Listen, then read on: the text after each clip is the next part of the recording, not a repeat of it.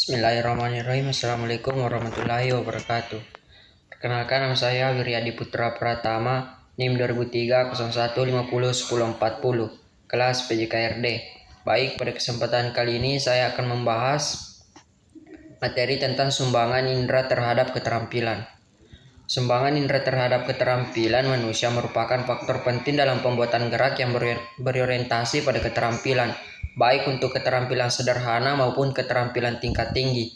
Fungsi dari indera tentu saja terutama berhubungan dengan sumbangnya terhadap keberhasilan gerak, sebab gerak sendiri merupakan hasil proses dari pengolahan informasi yang dicerap oleh indera manusia. Keberhasilan dalam keterampilan tingkat tinggi bergantung pada bagaimana pelaku mampu mendeteksi, menerima, serta memanfaatkan informasi yang bersifat indrawi. Buktinya, seringkali pemenang dari suatu lomba adalah orang atau tim yang memang telah mendeteksi kemampuan lawan, pola permainan lawan, serta kesiapan lawan.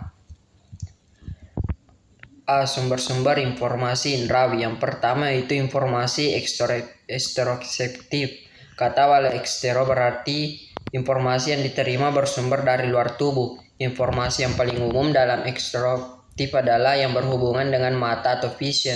Vision memberikan informasi tentang gerakan objek-objek dalam lingkungan seperti jalur layangan bola juga kecepatannya. Yang kedua yaitu informasi proprioceptif atau kinestik. Kata awal proprio mengindikasikan informasi dari dalam tubuh seperti posisi persendian dari dalam otot orientasi dalam ruang atau misalnya terbalik atau tidak. Istilah proprioceptif ini sering juga disebut dengan istilah kinesis. Awal kinesis berarti gerakan dan desis berarti rasa. Jadi istilah ini menunjuk pada rasa gerakan dan persendian, tegangan otot-otot dan sebagainya. B. Sistem pengontrolan loop tertutup. Suatu cara yang penting untuk menggambarkan bagaimana informasi dari indera berfungsi dalam perilaku gerak adalah dengan menyamakannya dengan sistem kontrol loop tertutup. Loop diartikan sebagai cekungan atau putaran. Dengan demikian, sistem pengontrol loop tertutup diartikan sebagai suatu sistem yang tidak terputus, tetapi melingkar lagi ke awal, serta digambarkan seperti suatu sistem pengatur ruangan yang dilengkapi dengan alat pengontrolnya. Perbedaan antara tangan dan arah yang diinginkan dianggap sebagai kesalahan. Karena pengontrol menemukan kesalahan tersebut, maka segera dikirim informasi ke pelaksana gerak dalam bentuk feedback, sehingga selanjutnya kesalahan tersebut akan diperbaiki dengan gerakan sistem loop tertutup atau close.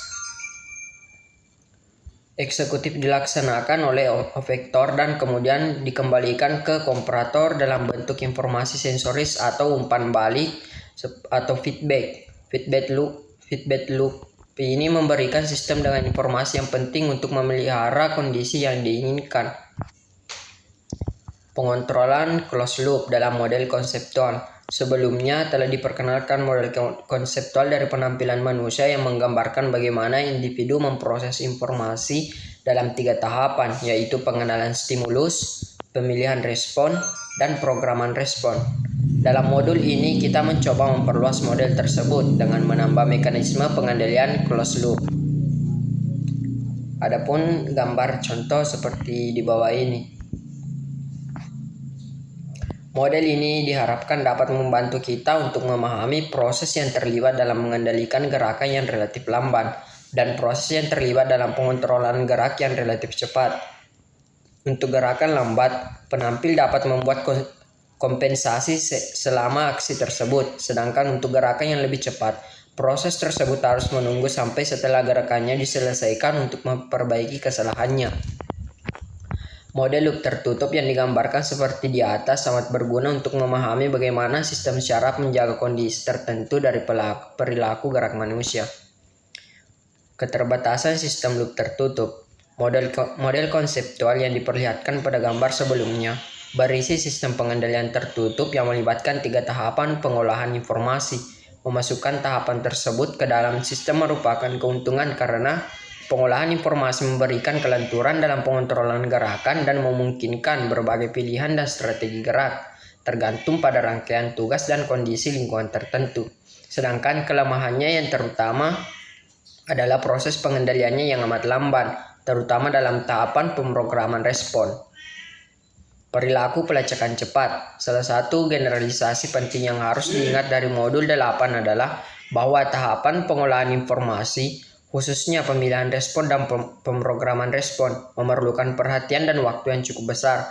Oleh karena itu, sistem loop tertutup yang memasukkan tahapan ini beroperasi secara lamban pula.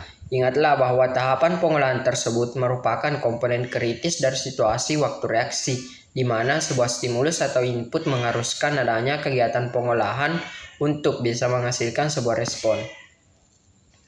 Sedangkan tugas distrik yang disingkat pandangan umum tentang pengendalian loop tertutup ini juga kurang mencukupi untuk menjelaskan penampilan gerak yang berdurasi singkat, misalnya memukul, melempar, menendang, dan memukul dengan alat seperti raket atau bat. Ambil misal tugas memukul bola yang dilempar pada softball atau baseball. Pada saat menampilkan tugas ini, pemukul pertama harus menilai situasi lingkungan, terutama jalur dan kecepatan bola yang dilempar. Kemudian ia memilih gerakan yang memenuhi tujuannya. Jadi, prinsip kontrol visual. Pasca indera banyak mengambil peranan dalam berlangsungnya motor kontrol, dan dalam praktiknya sering dianggap beroperasi sama dalam menghasilkan penampilan yang terampil. Tetapi penelusuran lebih lanjut mengindikasikan bahwa fungsi vision ternyata berbeda. Pertama, vision mempunyai peran yang penting untuk kegiatan sehari-hari, dan orang yang dihilangkan kemampuan visionnya akan mendapat kesulitan untuk berfungsi normal dalam dunia yang didominasi oleh fungsi visual ini. Kedua, vision nampaknya bekerja secara berbeda dari indera lain dalam mendukung keterampilan, karena itulah vision pantas ditempatkan secara spesial. Dua sistem visual dalam kontrol gerak. Informasi visual dikirimkan dari retina mata melalui dua jalur yang berbeda ke dua tempat yang berbeda pula. Dalam otak terdapat jalur. Cukup bukti bahwa dua jalur informasi yang berbeda ini digunakan secara berbeda pula dalam mengontrol perilaku kedua sistem tersebut. Seperti posal system dikhususkan untuk mengidentifikasi objek. Absence system dikhususkan untuk mengontrol gerak.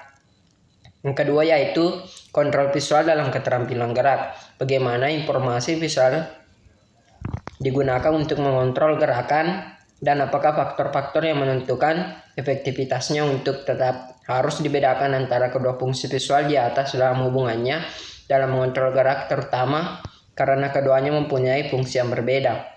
A. Focal vision dan gerak. B. Ambient vision dan kontrol gerak. C. Optical flow. D. Peranan optical flow.